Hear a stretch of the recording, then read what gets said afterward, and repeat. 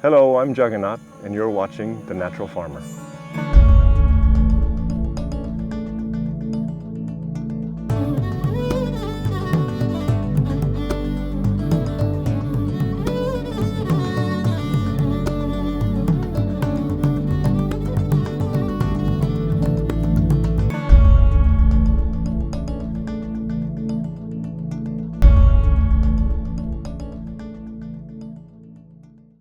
Okay, so we're going to show you how to make papaya circles. I'm going to keep it short and sweet. We explain pretty much everything in this video, so without further ado, here it comes.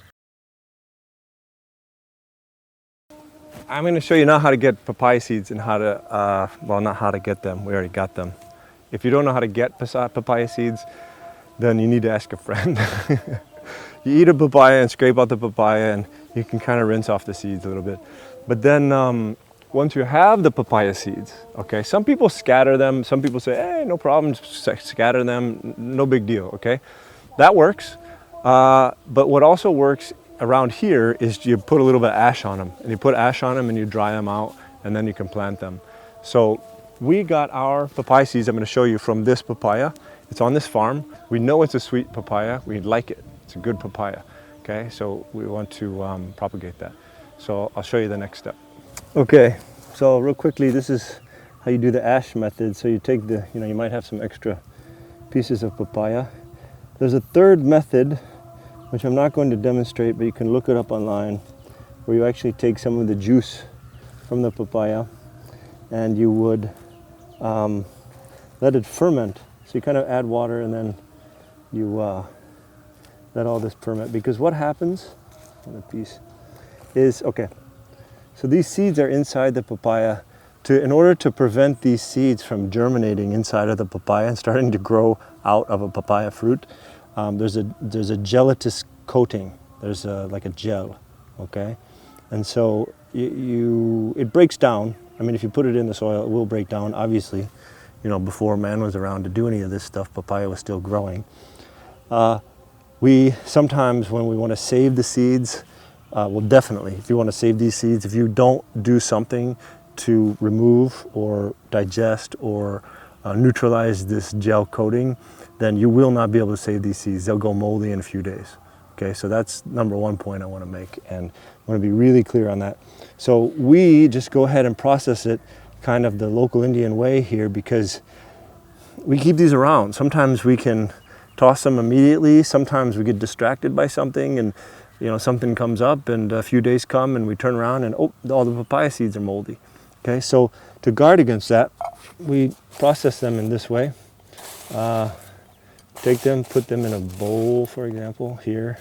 Okay, so I'm gonna take this ash. I have ash because we burn stuff occasionally. Sometimes we make biochar, sometimes we just burn stuff for ash's sake. I'm gonna put the ash in there. Then I'm gonna just move it around. Okay, simple as that. So I put the ash in there, I move it around so the gelatinous coating gets coated itself by ash, so the surface area is all covered. There's another reason that we do this is because of ants. Okay, so if you leave, so everything around here is eating everything. Okay, it's the tropics. So either the mold's gonna get them or the ants are gonna get them. Okay, so, or the birds. So we put this little protective thing because the ants will stay away from that ash. They don't like it. So that helps preserve our papaya seeds for a few days. So I'll show you what they look like once they're dried out. Okay, so here, I'll move these that I just prepared over to the side. Here are the papaya seeds, from a couple weeks ago. They're dry. They've been nicely dried. There's some charcoal in there. But these are still able to sprout, okay? So two varieties of papaya here, okay? One is the local and the other is big one, okay? So we're gonna see what comes up. I like to play the odds in papaya planting. Papayas don't like to be moved, okay? I went ahead and put some of these, just, like put a handful, put that many papaya in the same little space, the little pit, and some come up, and then you can thin them out. I have had luck transplanting papaya, and I'll show you which ones I've transplanted with luck, but in general, they don't like to be moved, okay? So it's best to just start with a good number in each spot or scatter them like we did, or put them in seed balls, or any variety of things. But that should explain the papaya drying process.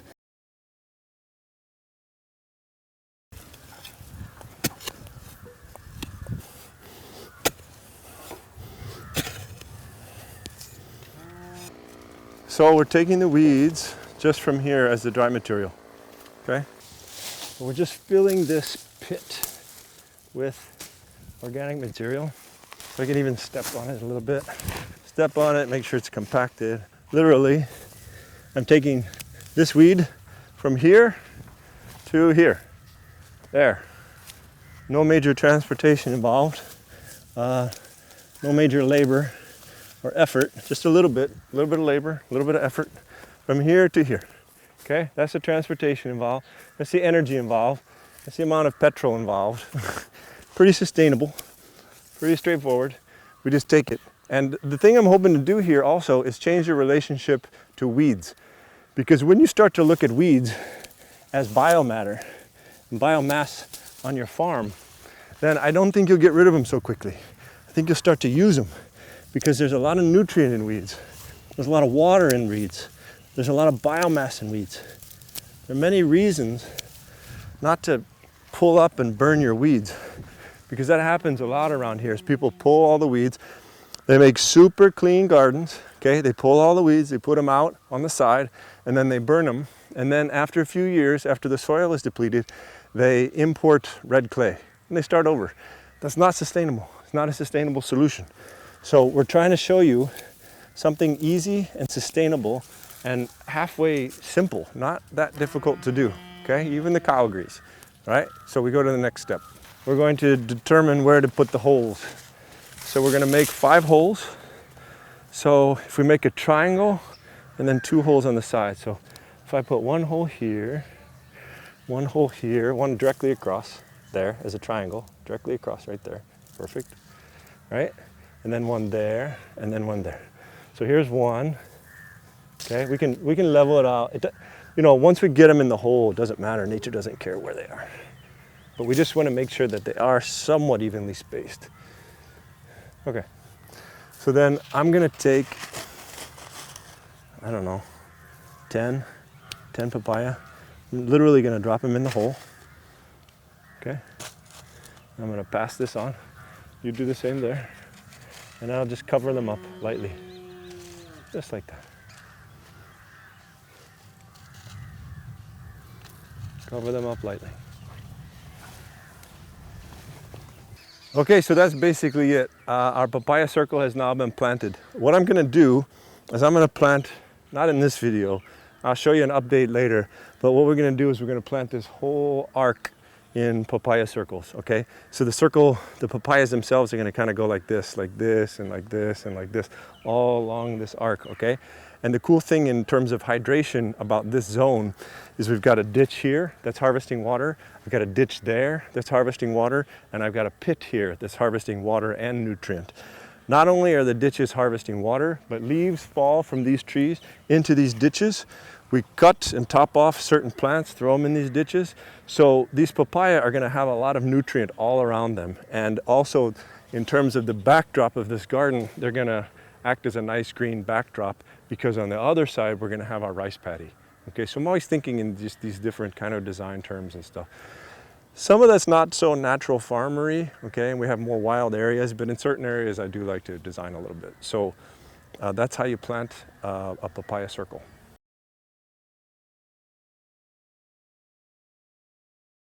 So here's one of the mandala gardens. Getting toward the end of the season here, the marigolds are dried up. There's a papaya circle. This is our smallest papaya circle. This is the one that's had the most difficulty taking off. There's a pit in the center, pit gardening, and then all the papaya around. Here you can see I see 2 papaya, 3 papaya there. So there's 1, 2, 3. So we'll probably select this middle guy. He'll probably be the one to stay, and the others will probably go. This is papaya circle number 2. The 2 across from each other are kind of the biggest. There's always seems to be a lead one, and then the slower ones I don't know if that's just a phenomenon or I don't know what it is, but it's happened in a few different places. Okay, so here's the papaya circle is here, okay? The pit is here, ready? Now I'm starting to walk in the pit. It's hard to see, it's grown over, okay? Which is good, we want it integrated, okay? We have a lot of water harvesting stuff that's happening around here without like neon signs pointing to it. It's just happening, okay? By plan, we planned it. You just do some shaping one time and then you let it go, okay? But my point is that, what's my point? My point is, this is bad soil. Bad because it doesn't have much nutrient in it.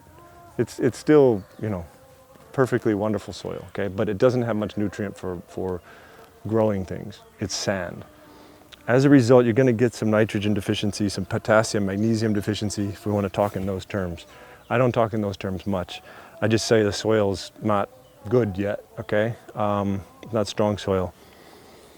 It's difficult to amend all soil. It takes time. The weeds are coming and doing their job, and we're working with the weeds and helping them do their job, okay? In the meantime, what do? Well, it's hard to amend all the soil, but it's easy to amend a pit. This pit is like amended soil, meaning that it's got all the vitamins and nutrients and everything else, plus the moisture that these papaya need. So you have a choice. You can try to amend all this land all around, or you can just amend one spot. And you can see it quite well because these two baby plants, this was a transplant and this was a transplant, okay? These others came from seed and we thinned them, and we're gonna have to thin this, and we'll probably transplant out someplace because I have some more papaya out here. This one is now starting to benefit from this pit. You can tell by the change in color. I've been watching them very closely, and the papaya struggle a bit to get established. We're establishing them in a man-made area. I don't like it, but it was necessary. And I get to observe, okay? And upon observation, as soon as they get to about a little smaller than this, they start to take advantage, the root gets deep enough to start to take advantage of what's going on in this pit, and then they go like crazy. And I'll show you one that's gone like crazy over here. But until they get to that point, they kind of struggle. So this guy is probably getting ready to tap into this pretty soon, but you can tell these younger ones are more yellow. So just want to point that out because it's very important to kind of understand the cycles involved here and the relationships. Okay, so I can barely see you here. I basically took this image you're about to see right here on January 12th, okay? I am standing in the same area with almost approximately the same point of view, okay? But as you can see on January 12th, it's all brown. There might be one banana leaf sticking out there. It's a completely different scenario.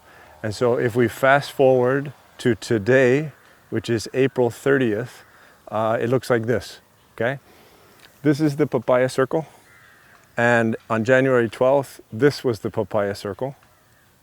So you can see that by starting from seed, in basically, let's see here, January, February, March, April, 3.5 months, we've gone from this to this. So it is not only 3.5 months, which isn't a long time, but it's 3.5 months in the dry period, okay? So I have to confess that we did water. The situation is I was asked to create a banana forest, circle forest, in the dry season. So we had to water, but now we're attempting not to water anymore. When it starts to rain, we're gonna attempt to not water these banana pits or this papaya pit anymore, even through the dry season. That's the goal, okay? So with that said, you can see how big these papaya are now, and I'm gonna show you what they look like up close. You know, there's a papaya here, there's a papaya here, obviously a papaya here, and then there's a little papaya over on the far side. So there are 5, there's actually 6. Let's see, 1, 2, 3, 4, no, there are 5. 5. So 1 here, 1 here, 1 here. There are 6, there's another one down here. 6, okay. So they're easy to lose track of in the forest like this. But if you come all the way in here, follow me all the way in here, you can start to see, you make your way through the bushes, you can start to see these flowers here. So there are a lot of flowers, okay? What'll typically happen is the first kind of flowers and the fruit here are a bit spread out. So, you know, I mean, if this gets to be this big, and then another one here, another one on the other side, they start out, like we lost this one. So they're not always that stable, like that one fell off. They're not always that stable in the beginning, but when you make your way up toward the top later, some of these lower branches will fall off. We're gonna just leave them as be. Some people trim them off, but we try to do it as naturally as possible. So we just let it grow, and they'll get quite bunched up. And what happens with papaya, if you're not careful, is they get very top heavy. In a heavy wind, they will get knocked over. But the beautiful thing about a papaya circle is that you can actually tie them together. So you can see how strong the stalk is. This is a very strong papaya stalk, okay? Very, very strong.